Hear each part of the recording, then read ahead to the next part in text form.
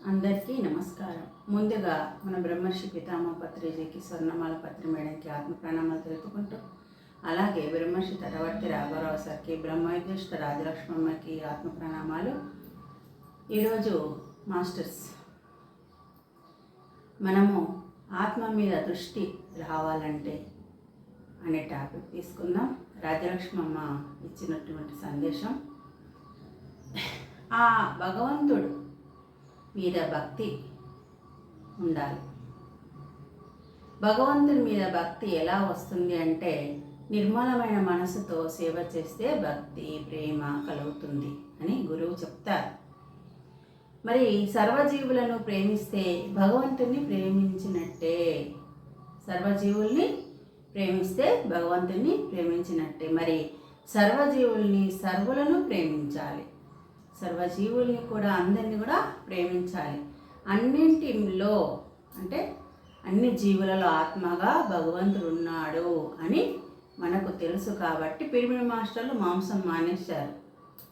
అంటే ఇక్కడ భక్తి అని చెప్తున్నారు, భగవంతుడు అంటే ప్రేమ అని చెప్తున్నారు, కానీ అందరిలో ఉన్న భగవంతుణ్ణి చూడటం లేదు. గురువులు చెప్తున్నారు, అందరిలో ఉన్న ఆ భగవంతుణ్ణి చూడాలి, అప్పుడే భక్తి. మరి సర్వులను ప్రేమ, సర్వుల ప్రేమే సర్వేశ్వరుడి ప్రేమ. సర్వులని అందరినీ మనం ప్రేమిస్తేనే భగవంతుని ప్రేమించినట్టు.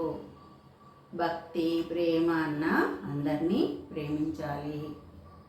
అన్ని జీవులకి మనం సేవ చేస్తే సర్వేశ్వరుడికి సేవ చేసినట్టు. అందరినీ అంటే అన్ని జీవులని మనం సేవ అంటే పోయి వాళ్ళకేం చేయాల్సిన పని లేదు.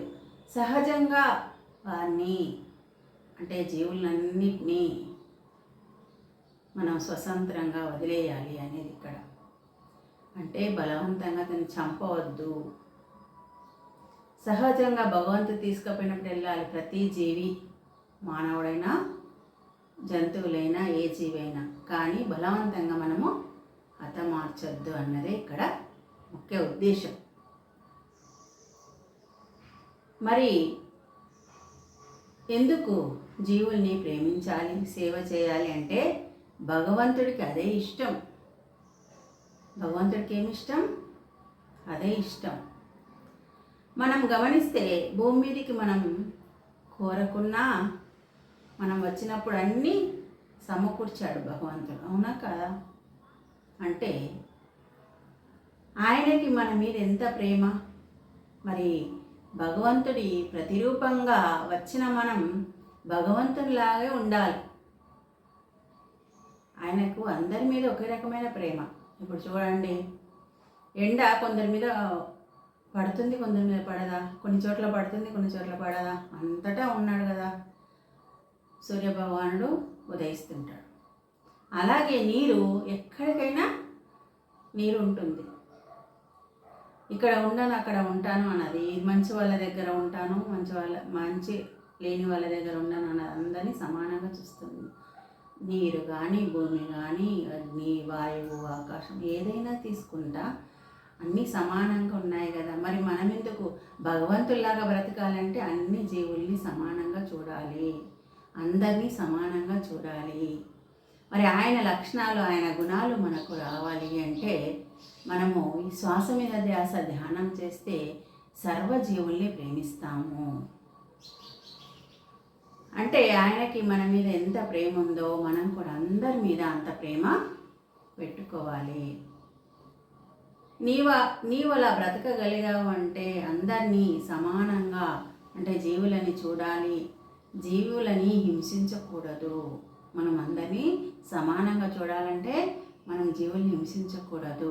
ఏ రూపంగా అయినా కూడా మనం హింసించకూడదు. మన వాళ్ళు అంటారు, ఎవరో కోస్తే మేము తీసుకొచ్చి వండుకుంటున్నామని. కానీ ఆ పాపం అనేది కోసిన వారికి, తెచ్చిన వారికి, వండిన వారికి, మళ్ళీ దానికి సలహా ఇచ్చిన వారికి, తిన్నవారికి అందరికీ ఉంటుంది. దాని కర్మ అంటుకుంటుంది. అంటే అది బాధపడుతుంది కదా, ఆ బాధ కర్మ అనేది ఈ అందరికీ అంటుకుంటుంది. అందుకే తినేవాళ్ళు ఉంటేనే కోసేవాళ్ళు ఉంటారు, తినకపోతే కోస్తారా? అలా అందుకే మాంసం అనేది తినకూడదు అని పత్రిజీ మొదటనే చెప్తారన్నమాట. నీవు అలా బ్రతకగలగాలి, అందరినీ సమానంగా, జీవులను కూడా మనము సమానంగా చూడాలి అని. అప్పుడే నీకు భక్తి ఉన్నట్టు. భక్తి ఉంది, నాకు భగవంతుడు అంటే ఇష్టం అంటే సరిపోదు. భక్తి అంటే అన్ని జీవులలో ఉన్న భగవంతుడి మీద కూడా ప్రేమ ఉండాలి. అప్పుడే నీకు భగవంతుడు అంటే భక్తి ఉన్నట్టు లెక్క. కానీ మన వాళ్ళు భగవంతుడు అంటే భక్తి ఉంది అంటారు, పూజలు పునస్కారాలు అన్నీ చేస్తారు, కానీ జీవహింస కూడా చేస్తారు.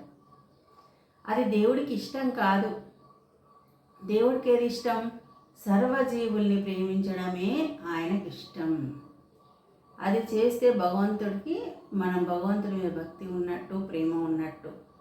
అంతేకాని అన్ని పూజలు చేస్తాం, అన్ని యజ్ఞాలు చేస్తాం, అన్నీ చేస్తాం, కోస్తాం అంటే అది భక్తి ఉన్నట్టు కాదు. భగవంతుని భక్తి అంటే సర్వజీవుల ప్రేమే భక్తి ఉన్నట్టు. ఆయనకు ఇష్టమైన పని, ఆయన లక్షణము అది. అందరినీ సమానంగా చూసే లక్షణము భగవంతుడిది. మనం భగవంతుడి లక్షణాలు కలిగి ఉండాలి అంటే ఎవరిని హింసించకూడదు అని మనకు పత్రిజీ గారు రాజలక్ష్మమ్మ సందేశం ద్వారా అందించడం జరిగింది. Thank you.